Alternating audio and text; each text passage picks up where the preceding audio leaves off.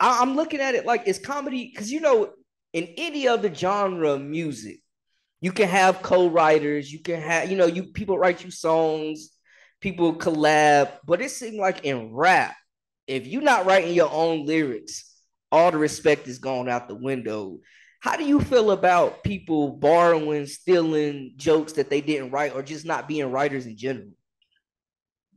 I think in comedy, at least from what I've seen, you will get your chin checked if you take somebody's joke and they hear that you take somebody's like if your joke gets taken and you're in the same space and you hear that joke, it's a conversation. Hopefully, it's only a conversation, but yeah, they take it pretty seriously.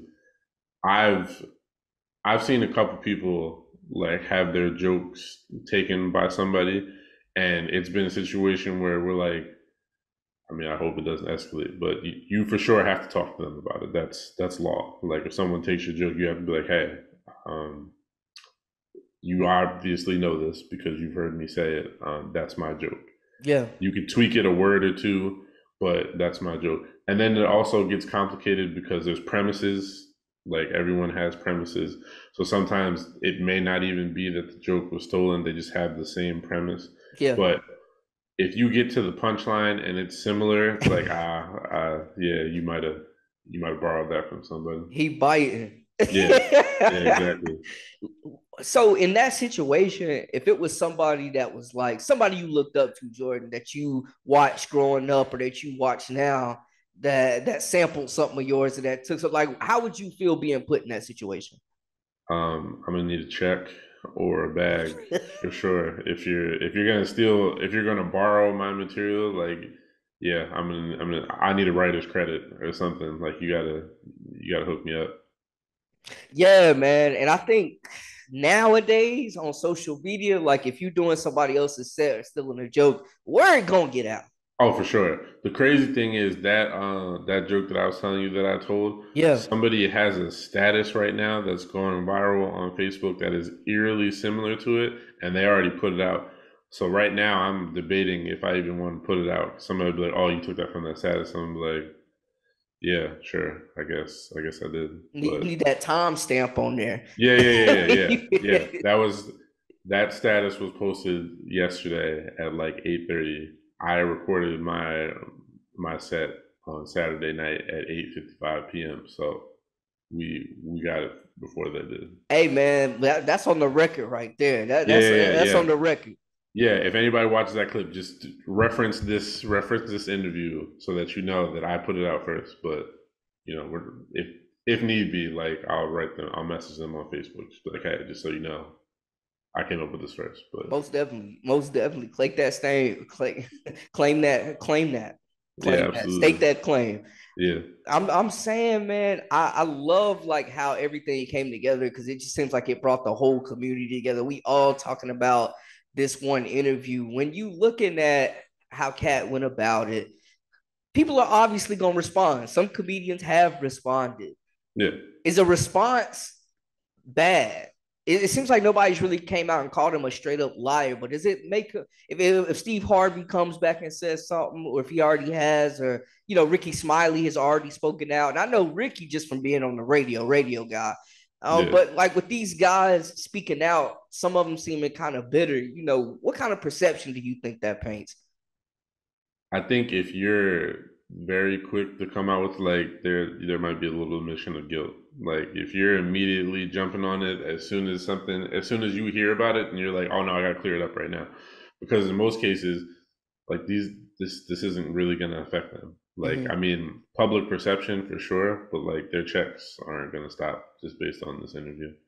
Like Steve Harvey hosts everything, literally everything. I don't see any network being like, hey, we saw the Club Shay Shay interview. I don't know if we can do this anymore. I don't know if this partnership is going to be a fruitful one for both of us. So, yeah. Is with Steve? Do you think? I think he's funny, but I feel like with the Steve Harvey show, kind of ripped off the Mr. Cooper joint. Like I get it, you know. Yeah, that was a great show, by the way. I'm hanging with Mr. Cooper. Like Yeah, and my that, man did. His name escapes me, but the comedian from the show is amazing. Mark Curry. Yeah, Yeah, Mark Curry, man, yeah, another legend that. kind of didn't get his flowers until maybe right now.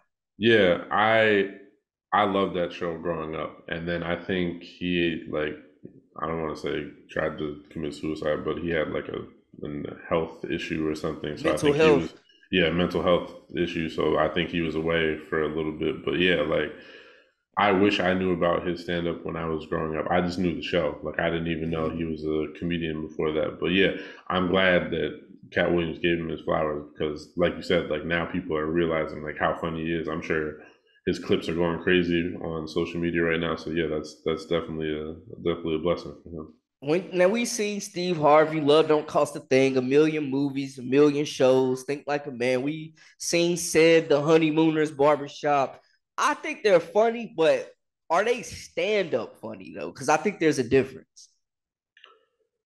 I think Cedric the Entertainer was funny in the King's Comedy. Having said that, then seeing you seen the clip where it's like the joke where he's talking about Yeah. What did you? bombing this. I was like, that's Yeah. too specific for you to like. That's not a thought that everyone else has. He Like stole that.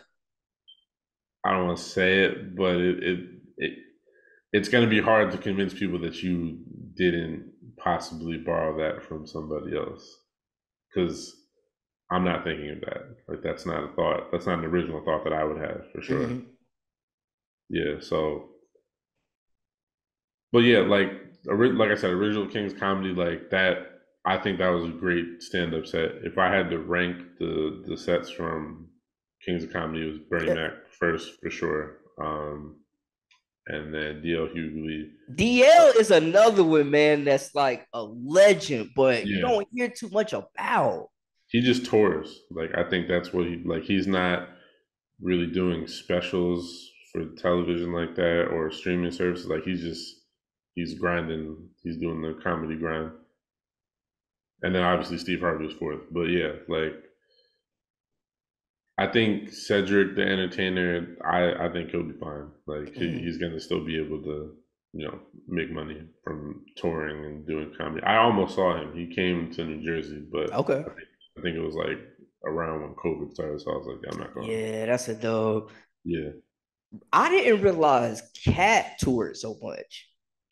Yeah, so his opener, I actually met her. Her name is Miss Pretty Ricky. Okay. She's from New Jersey. I think he But yeah, mentioned her. yeah, Yeah. yeah, yeah. So they tour like every year apparently, and like a bunch, like 100 something cities or something like that, or like 100 shows. I don't know if it's 100 cities, but yeah, like he 100 grinds. shows. God dang. Yeah, that's almost no days off. That's like Yeah. the days you have off are you traveling to the next city. So, but he's got what 7, 8 kids. Yeah, he got some mouths to feed. He He said got work. Yeah, it. he's got work. Yeah, How does this, as a community, I think it brought a lot of attention, obviously, to comedy, to art in general. How does this impact the culture? I think a lot of people hopefully now will be on their P's and Q's when it comes to writing original material because it's very easy to clip what you say and then if you see somebody else that also has a clip out here, now it's a debate like who said it first. So Mm-hmm. I think with this, hopefully, it'll just inspire more people to have original material. I think long term, I hope these bookers, these agents, these comedy clubs just start paying us more money because it's a grind for sure, and we're not necessarily reaping the monetary benefits of it